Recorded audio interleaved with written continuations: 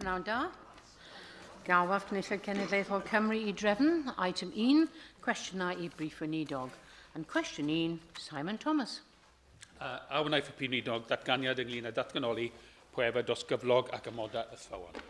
Dwi'n croesawu argymhellion Comisiwn Silc ar cyfan I ddatganoli pwerau dros gyflog ac amodau athrawon. Fodd bynnag mae rhaid ni wrth gwrs I bwysleisio bod rhaid I unrhyw broses I drosglwyddo pwerau gynnwys hefyd neilltuo adnoddau priodol. Diolch Prif Weinidog. Mewn cyfarfod ymylol yng Nghanadlaeth Plaid Cymru yn Llangollen wythnos yn ôl, oedd 2 o undebau Cymru wedi cynrychioli ac yn trafod y mater yma, ac bod yna gwahaniaeth ban, mae rhaid dweud, oedd y 2 yn unfydol bod yn well bod ni'n sefydlu proses nawr ar y lefel genedlaethol Cymraeg I drafod y materion hyn, yn hytrach na aros I San Steffan benderfynu a fyny datganoli arnyn ni, heb o feidwydd y adnoddau I gyflawni hynny, wrth gwrs.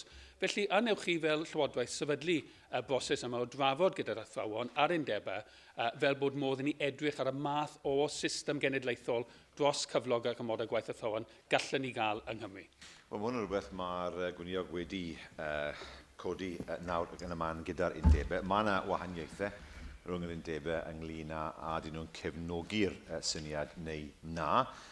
Ond fel Llywodraeth, allwn ni weld wrth gwrs bod yna fanteision I gael system I Gymru, fel mae yna system i'r Alban, ond beth sy'n holl bwysig yw sicrhau bod yna digon o arian ar gael o adnoddau ar gael mwyn bod ni'n gallu gweithredu unrhyw system newydd. Paul Davies. Diolch, Llywydd.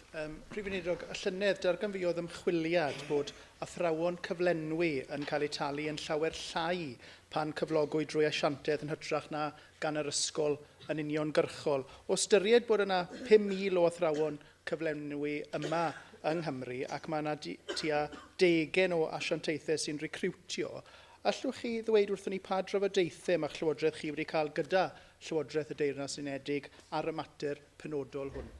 Yn bersonol, dwi ddim wedi cael trafodaethau ar hwnna, ond wrth gwrs mae yna modd I ddelio gyda hwn, sef sicrhau bod y pwerau ynglyn ac amodau a ffai yma yn y cynulliad a hefyd gyda Llywodraeth Cymru. Ond na I ofyn i'r Gweinidog Tybeth I sgrifennu atoch chi gyda unrhyw manylion sydd gyda fe. Aled Roberts. Diolch Llywydd. Prif Weinidog, mae'n siŵr fysa pob un ohono ni yn credu dylai bod neu adnoddau digonol yn cael ei trosglwyddo ar yr un adeg, ond os gan Llywodraeth unrhyw fwriad I wneud unrhyw waith paratoadol ar gyfer hyn, asesu yn union beth eich gofynion chi wrth ystyried wrth gwrs trafodaethau sy'n mynd rhagddynt ar hyn o bryd? Hwn wedi cael ei wneud o'r blaen, achos gwrs mae yna gynigion wedi cael ei roi i'r Llywodraeth o'r blaen yn y gorffennol I gymryd hwn drosodd yn heb yr adnoddau priodol, ond mae yna waith wedi cael ei ynglyn â faint o bobl ychwanegol bydde gorfod cyflogi mwyn gallu gweithredu'r system.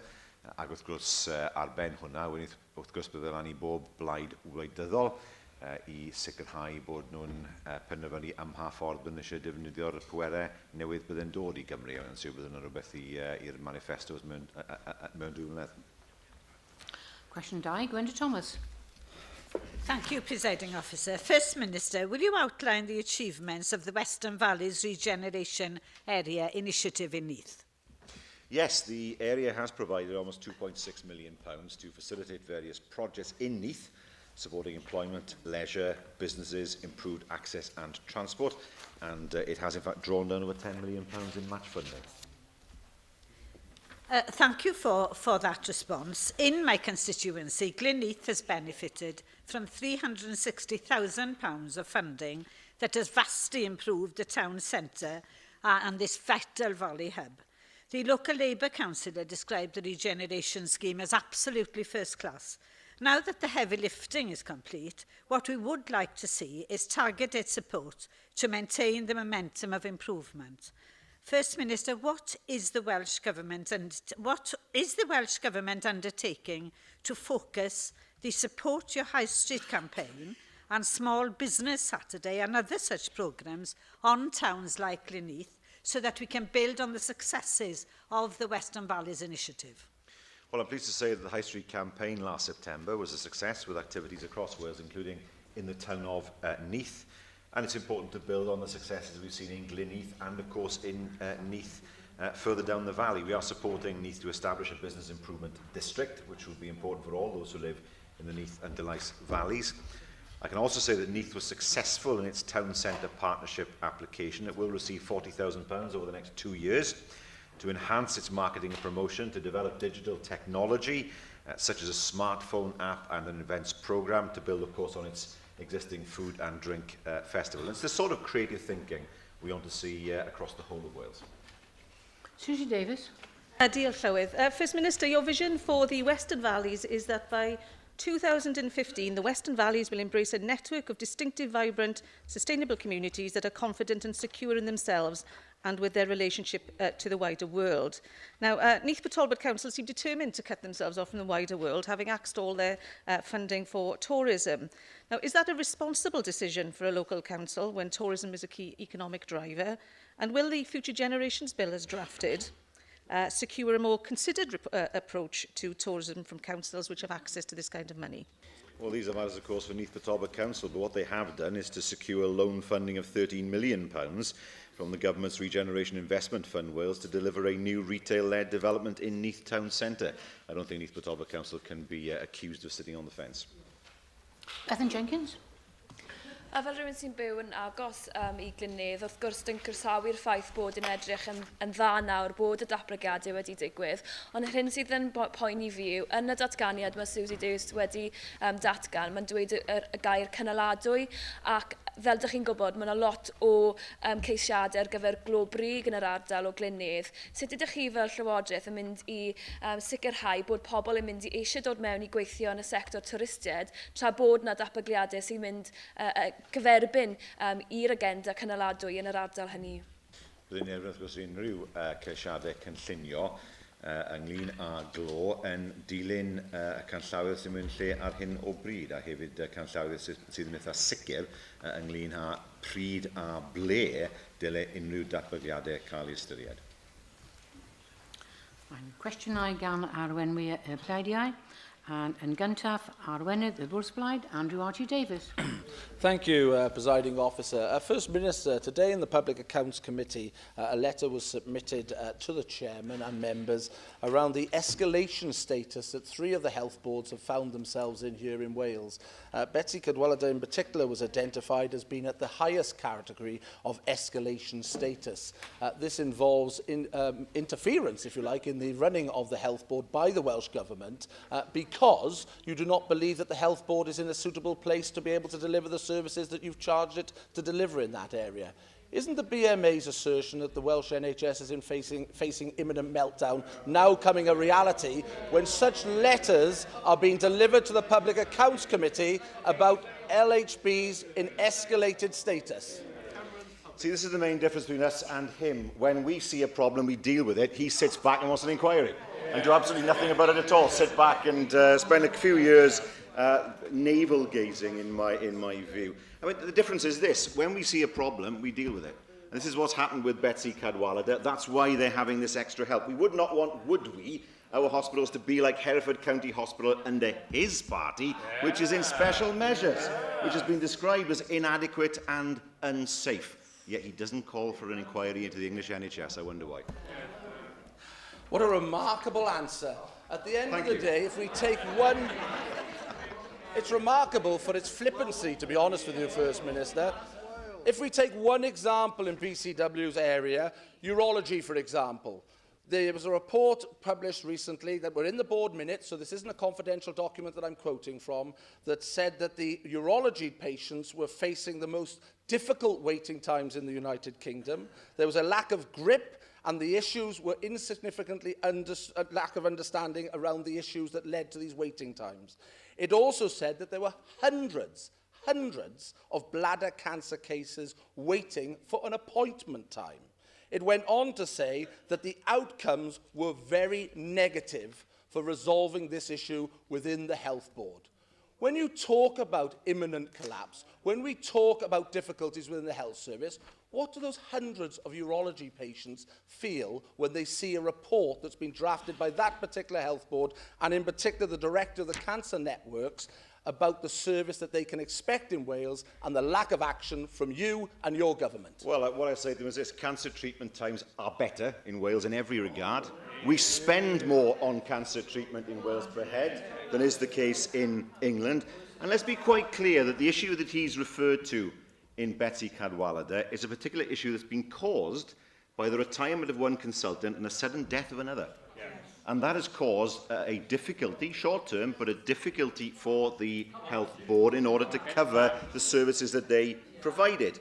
And they are at present looking to recruit, given the fact through those unforeseen circumstances, they have lost 2 consultants. They are working with neighbouring urology providers in England to ensure that patients are treated in order of clinical priority until replacement consultants are appointed. It's important that people get access to the treatment that they require. They get that in Wales when it comes to cancer treatment, but there will be occasions because of retirement and a sudden death, unfortunately, where there are short-term problems that need to be resolved, but we are confident that they are being resolved. First Minister, when such a tragedy happens like a death, that is truly a tragedy that no one can foresee. But ultimately, when you look at this report that the board themselves have considered and have pointed not to tens of people waiting on these waiting times, but hundreds of people waiting on these waiting times, there is something far more deep-seated about the issues that are going on in the North Wales Health Board. Now, ultimately, First Minister, you can rant and rave as much as you want here, but when a letter is delivered... Well, when a letter is delivered that says 3 of the 7 health boards in Wales are facing escalation status, and one of those health boards is at the most severe status in the grid that you put forward, there is something very seriously wrong with the health service here in Wales.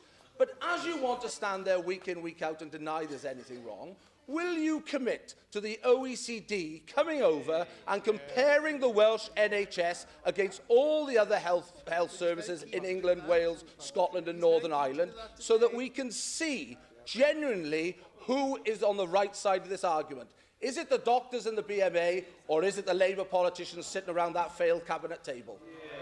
I can guarantee him, if I spoke to most doctors in Wales and I tread on difficult ground again, they would prefer to be in Wales in his party, running the NHS in England. That much I can promise him.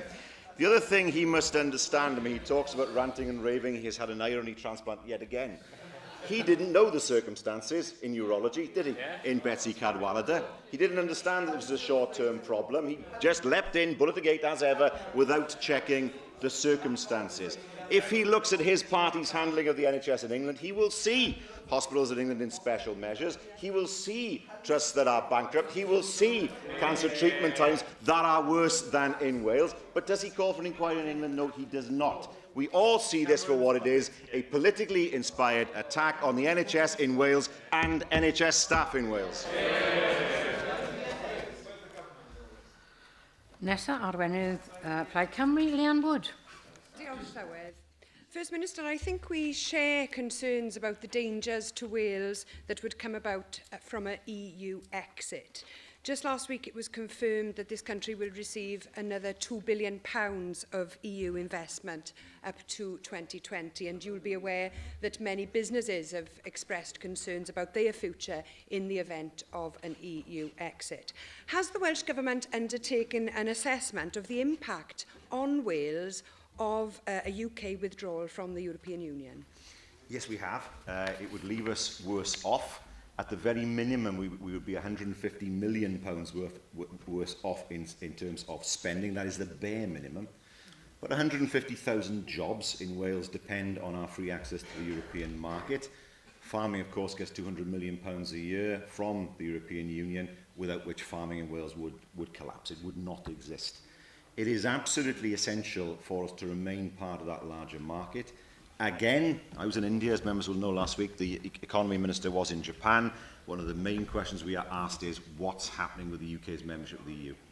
And not being part of that larger market would be exceptionally difficult, and that's an underestimate, for the Welsh economy to cope with. It's absolutely essential that Wales remains part of the EU. Thank you, First Minister. Now, the German Chancellor has said, well, she's described the Prime Minister's statements on this as getting to the point of no return, or so it is reported anyway.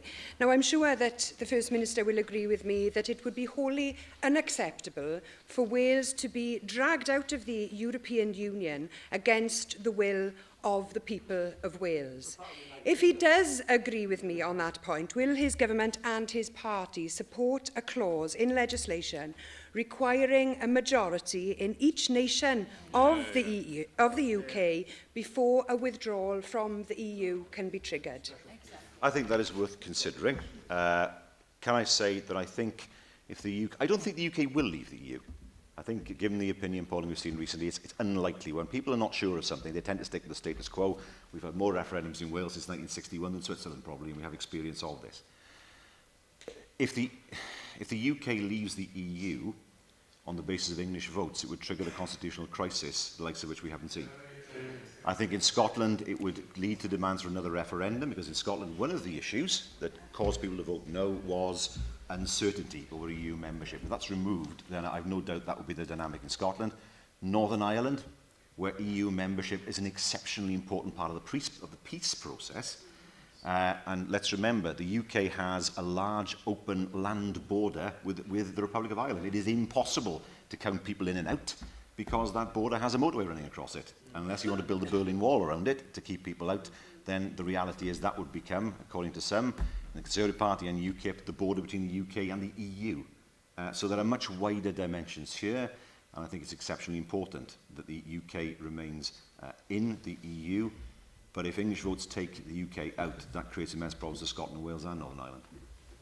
I welcome the First Minister's response, and I would ask him, therefore, to join me in exploring the possibility of a cross-party All Wales position on this question. So, would you agree with me, therefore, that we can, if we can, get to speak as one strong voice in the interests of Wales on this question, then we could avoid Wales being dragged out of the EU against the will of the people here?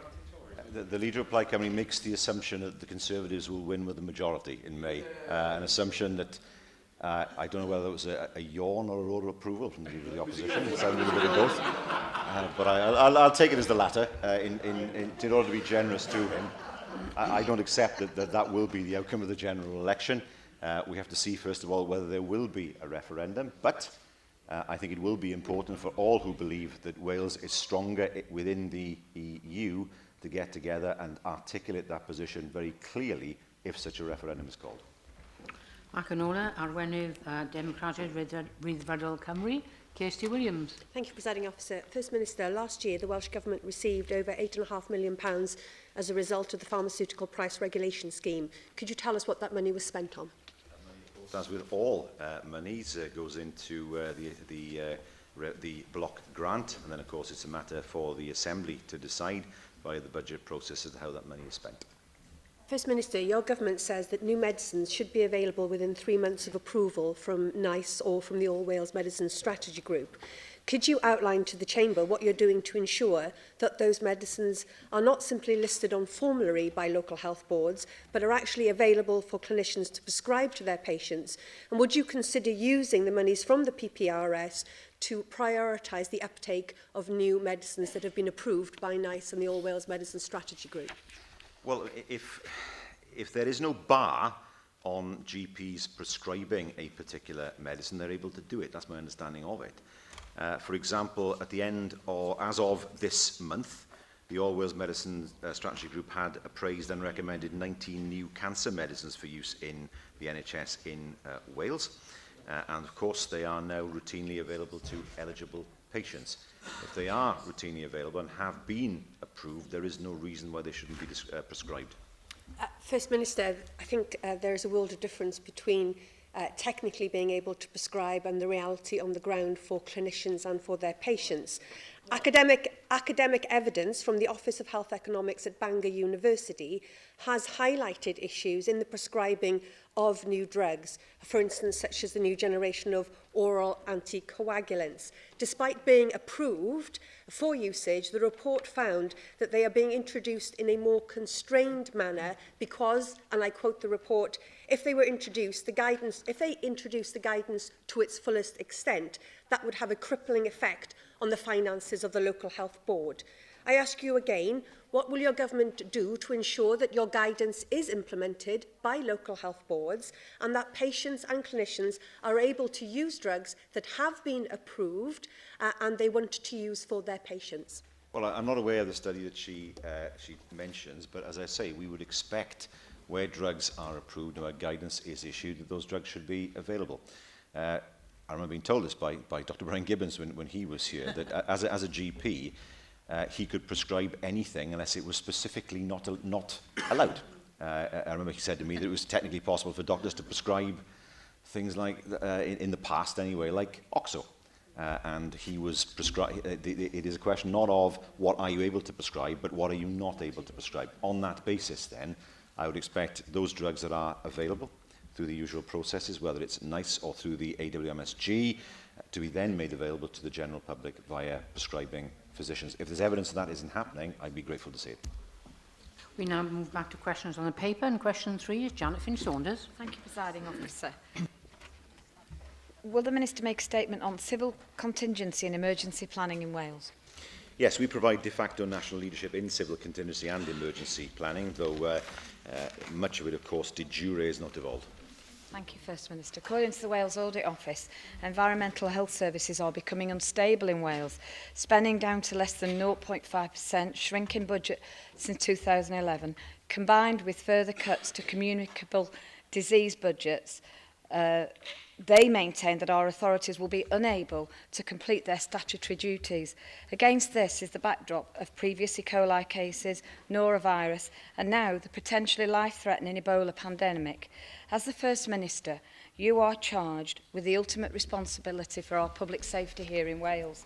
Given the threat of Ebola, against a backdrop of such cuts, what assurances can you give me today that this is not a disaster waiting to happen and that all contingency plans will not be adversely affected by these cuts?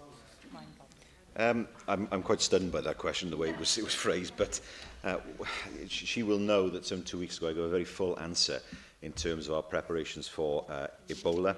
It is something ultimately for Public Health Wales, not for local authorities. I mean, they are charged with environmental health and with trading standards. Public health is not a matter that they would deal with. That's a matter for Public Health Wales, funded through the government. She will know, of course, there's a public health bill that the Minister will seek to promote through this Assembly in due course. There's no evidence to suggest that the preparations for communicable diseases, she mentioned Ebola particularly, are anything other than utterly robust. And that is the case, I have to say, not just in Wales, but across the rest of the UK as well. Anne Jones. Thank you, Presiding Officer. First Minister, the Fire Service is an integral part to any civil contingency system and any emergency planning across Wales. Therefore, can I say thank you on behalf of the communities across Wales whose fire services have remained working this week over the last weekend, unlike those in England who have had to go out on strike action because of the inactions of the Tory government over the ongoing dispute of the Fire Brigade Union. Can I pay tribute to you and your government ministers for the way in which they've opened negotiations with the Fire Brigade Union to avert that strike action here in Wales? And will you join me in saying thank you to the fire service in the run-up to Bonfire Night, which is one of their busiest times, but also throughout the years, year in, year out, when we know we can rely on the fire service here in Wales under your leadership as a Welsh Government? And will you talk to the England Government, to the DCLG, and get them round the table as well? I have to be careful with the last point. I mean, if someone was invited in the House of Commons to get the UK government to talk to the Welsh government, the answer might be quite short. So I'll leave that as a matter for the DCLG. But I welcome her comments. We have Bonfire Night, of course, that is tomorrow night, of course. And we know that there are often great calls on the fire service at that time of year. Our room for manoeuvre with regard to this issue has been quite limited due to the funding structure that we have in place for the fire service, but nevertheless we're pleased with the fact that the fire service and the FBU representatives feel that there is much to discuss, and we'll continue those discussions. Howell? First Minister, with winter approaching, we'll soon be marking the first anniversary of last year's storms, which hit our coastline with such devastating consequences. And in that context, in the clean-up effort in towns such as Aberystwyth, it became ever more clear how important the role is of local champions in coordinating the response, but also in the longer term in encouraging continued investment in flood defence, sometimes measures as simple as shutters within properties that are facing the coast. In that context, First Minister, and given that we're likely to experience further storms in the time to come, what specific actions has the Welsh Government and NRW taken during the course of the last 12 months to enhance community resilience in the face of the threats that we will face in the future? Well, first of all, of course, we provided over £10 million to local authorities and NRW to repair the damages of last winter. There has been investment, of course, in property-level protection by Natural Resources Wales. But, of course, the key to flood management in terms of the coastline is via shoreline management plans, and local authorities, NRW and other bodies are involved in that process. And those plans, as with plans for flooding inland, have to be reviewed periodically given climate change. I remember introducing TAN 15, if I remember, in this chamber in, I think it was 2005, 2006, and it was seen as an extreme response that we were going too far in terms of prohibiting building in floodplains that were subject to what was then regarded as a 1 in 1,000 year flood risk. Now that is seen as having been surpassed, given the events that we've seen last year and in the years gone by. So the shoreline management plans, the work that NRW has done, the investment that they've made in flood prevention, all these things will help us to be as secure as we can be with the winter coming. Question 4, John Griffiths. Will the First Minister make a statement on the impact of the Welsh Government's strategy to deliver greater equality of opportunity in Wales? Yes, our strategic equality plan is focused on tackling inequality and achieving greater fairness through delivering on 8 outcome-focused equality objectives, and we will publish the next annual report in March of next year. First Minister, the Labour movement is about social justice and equality of opportunity and outcome. Will you agree with me that the Living Wage campaign will further these objectives if realised, that employers have much to gain in terms of better staff retention and a more productive and committed workforce, for example? And will you commit the Welsh Government to working with the campaign, with the Living Wage Foundation, the trade unions, employers and civic society to make Wales a living wage nation? And also, would you agree that the UK Government needs to recognise and reward employers who become living wage employers, understanding that UK Government will then pay less in benefits and receive more in taxation as a result?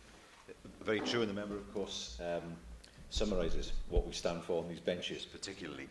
I can say that our programme for government does set out a commitment to work with trade unions, with employers and other stakeholders to explore ways of ensuring a living wage for every worker in Wales, and we remain, of course, committed to that approach. The Workforce Partnership Council is, in my view, the right platform for these discussions to take place, and that is where we will continue in our quest to make sure that the minimum wage having been won, the next challenge of the living wage is faced and met. Mohammed Ashgar. Madam Presiding Officer, First Minister, in November last year, I called on the Welsh Government to consider introducing a fund like the one introduced by the UK Government to provide greater opportunity for disabled people to stand in elections, local council elections, assembly election and UK Parliament election. Will the First Minister advise what consideration has been given to this and what plan does his government have to make it easier for disabled people to stand for election in Wales? Well, these are matters for political parties, in my view. It's important that we all as parties strive to be as inclusive and as diverse as we possibly can be. We all have work to do, and none of us is in a perfect position when it comes to equality, but I do think that it's not a question of public funds being made available to encourage people to stand, because they have to be made to feel welcome and supported by political parties as well, and that's a challenge for us all. Lindsay Whittle. Diolch, Llywydd. What action is the Welsh Government taking to create an equitable distribution of apprenticeships so that opportunities for apprenticeships are equally available across Wales and not just in the A55 and M4 corridors, please? Well, if you look at Jobs Growth Wales, you will see that apprenticeships are reasonably widely distributed. It is, of course, one of the most successful schemes, if not the most successful scheme in terms of the creation of jobs in Europe and sustainable jobs as well. We want to make sure, of course, that it is the case that people are able to access apprenticeships as they can across the whole of Wales. Christine Chapman. Thank you. The cross-party women in the economy group recently heard from Professor Alan Felsted that whilst women in full-time employment are likely to be in skilled work, women part-timers stand a greater chance of being in low-skilled jobs and of being unable to use the skills and qualifications they possess.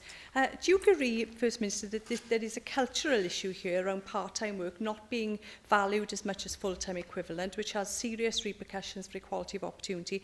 And First Minister, whilst the Welsh Government has a good record as an employer in this area, what can it do to tackle this attitude more widely in Welsh society? I think the member is right.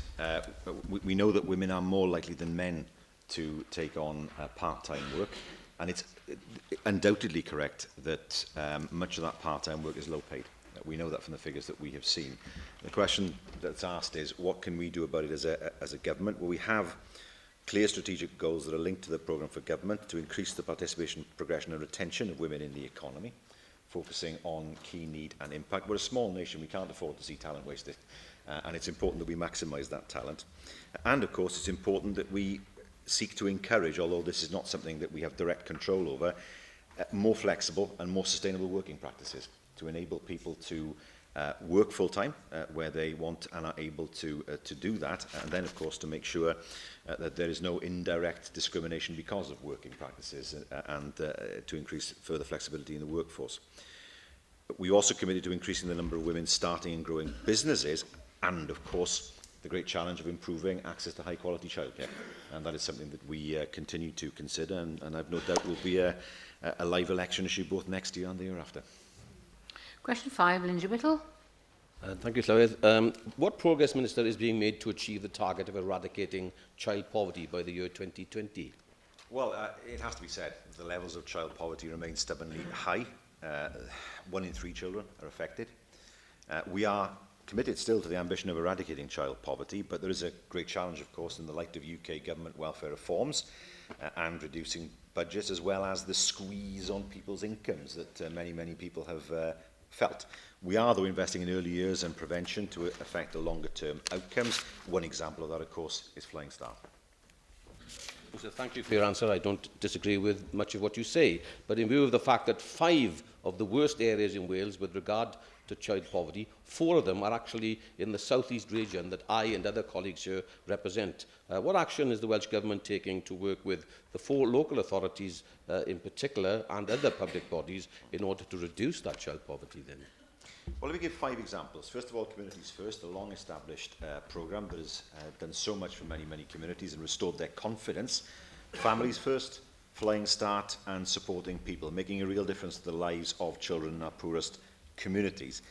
Also, of course, the People Deprivation Grant, that certainly has provided, in the past £918 per eligible pupil, up to 1,050, and in 2016 to 17 increased to 1,150 per eligible child.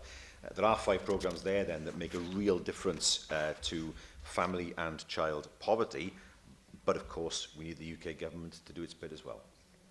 Mick Anthony.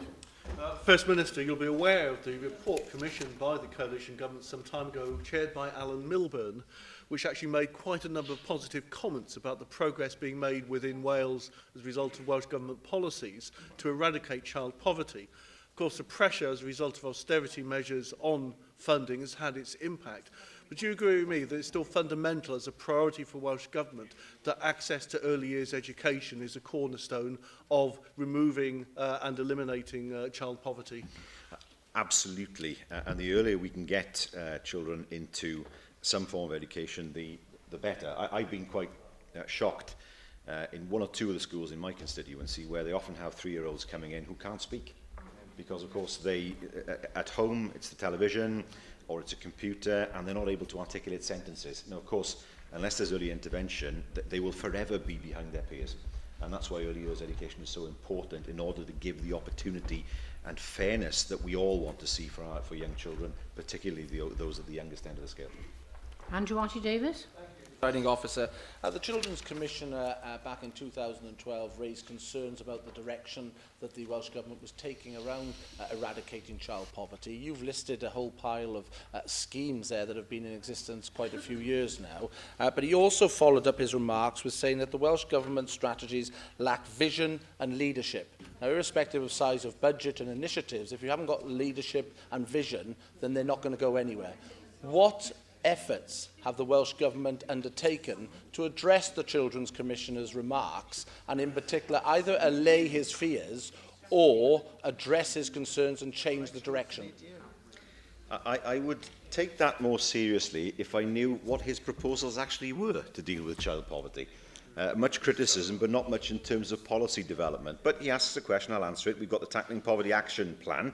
That is where we outline how we will deal with child poverty. There are targets for reducing the number of babies born with a low birth weight, improving the educational attainment of pupils eligible for free school meals, reducing the number of young people who are not in education, employment or training, amongst other things. So we are doing our bit. I would love to know what his party's plans are for dealing with child poverty beyond cutting benefits. Jeff Cuthbert. Thank you, Presiding Officer. First Minister, you mentioned the impact of welfare reform as a difficulty we have to face in terms of tackling child poverty. Do you agree with me that our independent research, which shows that each working age adult in Wales will lose about £500 per annum, totalling a £900 million loss to the Welsh economy, is an absolute condemnation of the welfare reform plans of the UK government? Well, the injustice of it all is that the targets of benefit cuts have been, by and large, working families. People who are in low-paid work who are now seeing their incomes squeezed, people who are working very hard. If you look at the bedroom tax, again, people who are working, sometimes being forced to move, to leave the areas where they live and work, because they cannot afford to stay in properties that are judged to be too big for them. Now, the Leader of the Opposition can sigh as much as he wants to. This is alien ground for him. He has no conception of the way this works for ordinary people on the ground. But what I can say to him is this. He has no right to preach about child poverty or to preach about the difficulties that people have in terms of making ends meet when he sits there and supports the removal of support for hard-working, low-paid families. If he stood up and did something for them, perhaps more people would listen to him. Question 6, Antoinette Sandbach. First Minister, what action is the Welsh Government taking to make sure that local authorities do not lose money through fraud? Well, responsibility rests with individual local authorities for ensuring appropriate counter-fraud measures are in place, but they are mandated as well to take part in the National Fraud Initiative, which uses data matching across public sector bodies to identify potentially fraudulent transactions. First Minister, a recent Freedom of Information Act request by me to Welsh councils indicates in the last 3.5 years, over £16 million has been wrongly paid out in housing benefit payments which are made because of fraud. I'm sure you agree that in times of tightening local authority budgets, this isn't a very satisfactory position, and that this money would be much better spent on frontline services. What will you do to encourage Welsh local authorities to make sure that they minimise any housing benefit fraud that happens in their area, and that they recover money from the fraudsters? Because often council tax fraud goes hand in hand with housing benefit fraud. An inbuilt incentive for local authorities to recover money that has been paid out fraudulently. It's a matter for them, of course, to do that. But it is absolutely right that benefits are made available for those who are eligible for those benefits, and where they are paid fraudulently, it's for local authorities to recover the money. Weinidogion Thomas. Prif Weinidog, mae'r archwilydd ar gyfer Llywodraeth leol wedi datgan yn glir iawn yng nghyd-destun yr hyn sy'n digwydd yn Sir Benfro ar hyn o bryd. Na ddylid talu unrhyw daliadau i brif swyddogion neu chael swyddogion sydd yn gadael Llywodraeth leol sy'n gysylltiedig a thaliadau a wnaed yn groes i'r ddeddf. Ydy hynny'n wers ac yn rybydd i Lywodraeth leol ar draws Cymru na ddylid wneud y math daliadau wrth i rai o'r brif swyddogion yma adael i swyddi? Wy'n credu bod yna'n bwynt teg iawn. Mae'n anodd dros ben i amddiffyn beth sydd wedi digwydd mewn rai awdurdodau i'r cyhoedd. A mae'n bwysig dros ben bod awdurdodau lleol, pan maen nhw yn cyflogi rwy'n mewn swydd hun, bod nhw'n sicrhau bod nhw ddim yn sefyllfa lle, os mae rhaid i'r person i adael, bod nhw'n fod talu cannoedd o filoedd o bunnoedd iddyn nhw. A dwi ddim yn credu bod byddai'r cyhoedd yn erfyn nhw i wneud hynny, a mae'n wers i bob awdurdod lleol yng Nghymru ynglyn â sicrhau bod yn gwneud pethau'n iawn a ddim wneud taliadau sy'n amhosib i amddiffyn yn gyhoeddus. Question 7, Gwyn Price. Will the First Minister make a statement about the attendances at tourist attractions in Wales? Yes, according to a Visit Wales survey, almost 13 million visits were made to attractions in Wales in 2013. And of course, we know there's been a substantial increase in the last 6 months in the numbers of visitors from abroad. Thank you for that answer. In August, the Welsh Government included Cwm Carn Forest Drive in my constituency in a list of top 10 most popular free attractions in Wales. I recently attended a public meeting hosted by the Friends of Cwm Carn Forest Drive. Many constituents raised concerns that the felling with the diseased larch trees could have an effect on the attendance at the resort. Will the First Minister join me in publicising that the bike and the walking trails, the play areas and the visiting centre at Cwm Carn Forest Drive will remain open for business as usual while this work takes place? Yes, it's important to say that. Unfortunately, there's no alternative other than to take the diseased larch down. It's going to take... well, the route will be closed for at least 2 years in order for that to happen. So while the Forest Drive itself, which I'm familiar with, will be closing, to emphasise all footpaths and mountain bike routes will remain open, as will the visitor centre, which I know is run by the council. The campsite, which includes 10 glamping pods, will also remain open, as will the play area, gift shop and Ravens Cafe. So it's far from the case that Cwm Carn Forest is somehow closed for business. William Graham. Officer. The latest published Welsh Government statistics for visits to tourist attractions in Wales 2013 showed that 8 of the 10 top free attractions had a decline in attendance. One of the 2 attractions with increased visitors was the Cwm Carn Forest Drive. I accept the assurances that the First Minister has given this afternoon, but he hasn't actually told us that the actual drive element will reopen. Well, it's a matter for NRW to decide that. At the moment, I sense that they don't want to give the impression that the drive will open by a particular time and then find that they can't open it by that time. So we all understand the importance of the drive, and of course it's for NRW to make sure that the disease is dealt with and then give consideration then to reopening it. But I suspect they are concerned about giving a particular date only to find perhaps that there's more disease than originally thought, or there are greater difficulties in terms of the logistics. But let's put it this way, government understands how important the Forest Drive is to the area. Rhys Iorwerth.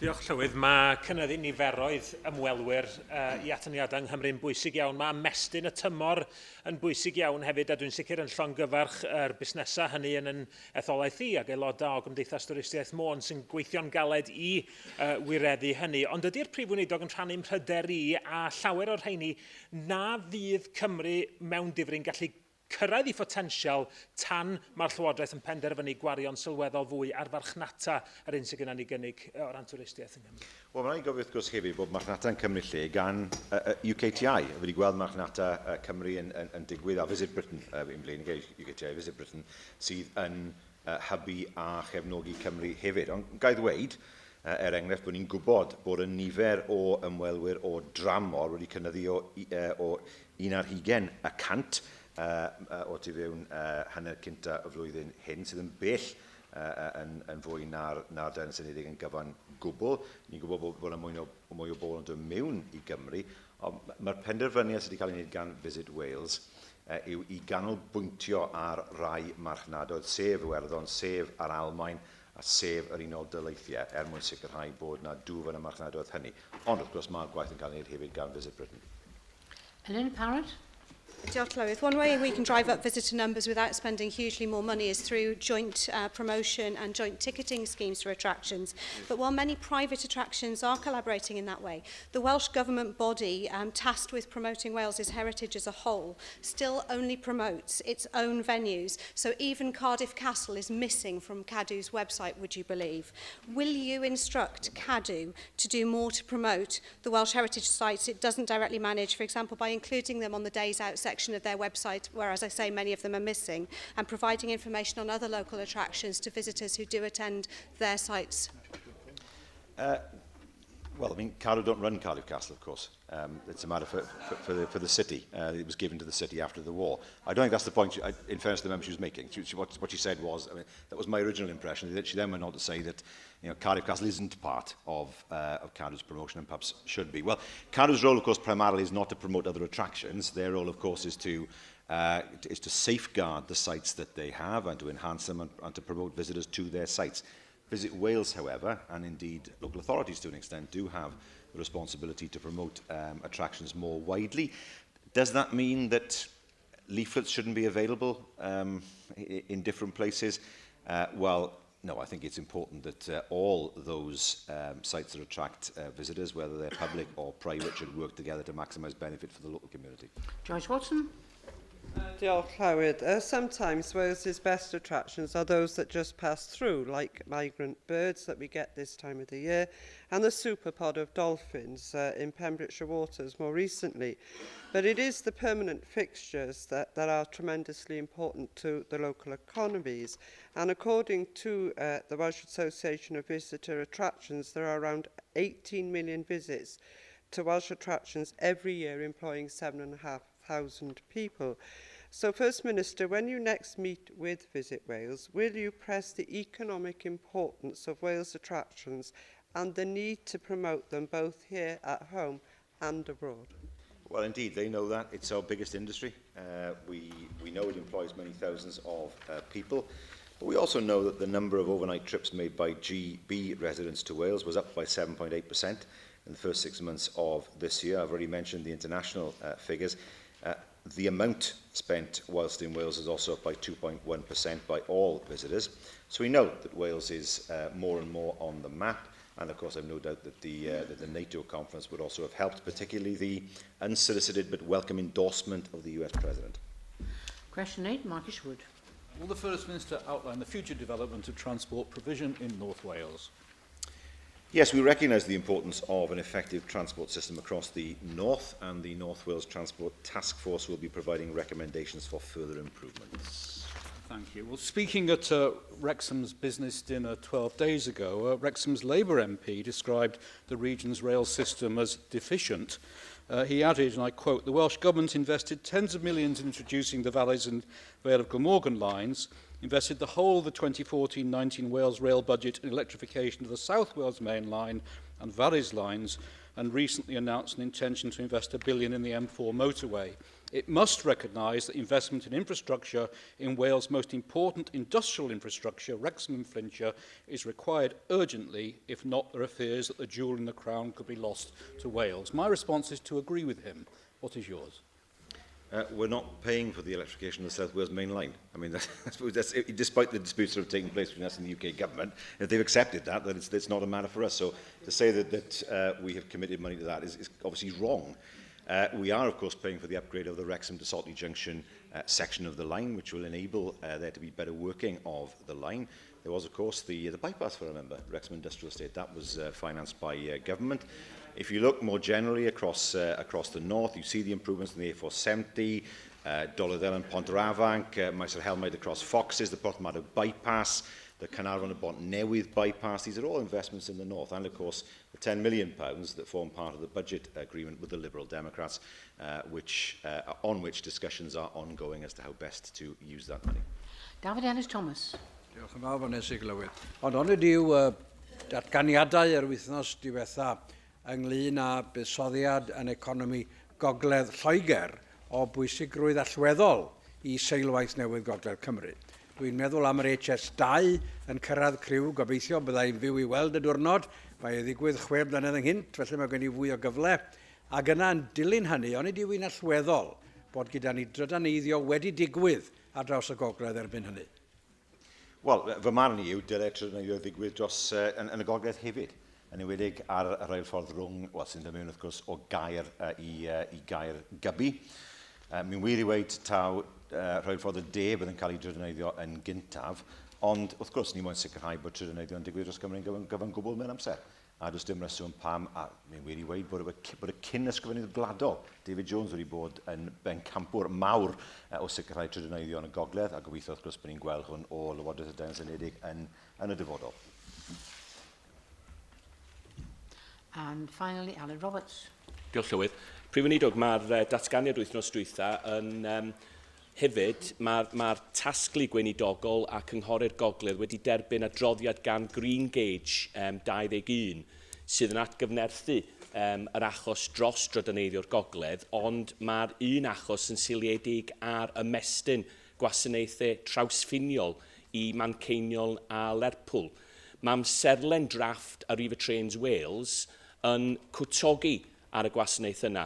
Felly, anwch chi fel Llywodraeth wneud i'n hollol blaen i River Trains Wales bod chi ddim yn fodlon gweld gostyngiad yn y gwasanaethau rhwng Gogledd Ddwyrain a Gogledd Cymru a'r Gogledd Orllewin Lloegr fel maen nhw ar hyn o bryd yn bwriadu. Mae'n bwysig dros ben bod nhw'n ystyried pwysigrwydd y cysylltiadau hynny. Wy'n gwybod yn gwrando, achos wrth gwrs fi'n cofio'r blaen oedd na gynlluniau i greu mwy neu lai system o rheilffyrdd oedd dim ond i fewn Sir Benfro a bach iawn o gysylltiadau tu fas i Sir Benfro, gath hwnna i newid. So felly mae'n bwysig dros ben bod bobl yn neud i roi i barn iddyn nhw. Wrth gwrs, mae yna fater ynglyn â'r Halton Curve sydd yn bwysig mwyn sicrhau bod tre'n gallu rhedeg o Wrexham i Lerpwl. Trwy ddo Penbedw, mynd i Lerpwl. Mae hwnna'n bwysig i'r dyfodol mwyn creu cysylltiadau hynny. O na, byddwn ni moyn sicrhau bod Wrexham fel tre yn cael y cysylltiadau gorau fe sydd wedi cael ei greu i Gaerdydd ac wrth gwrs bod nhw'n dal i fod yna i Fanceinion a Lerpwl.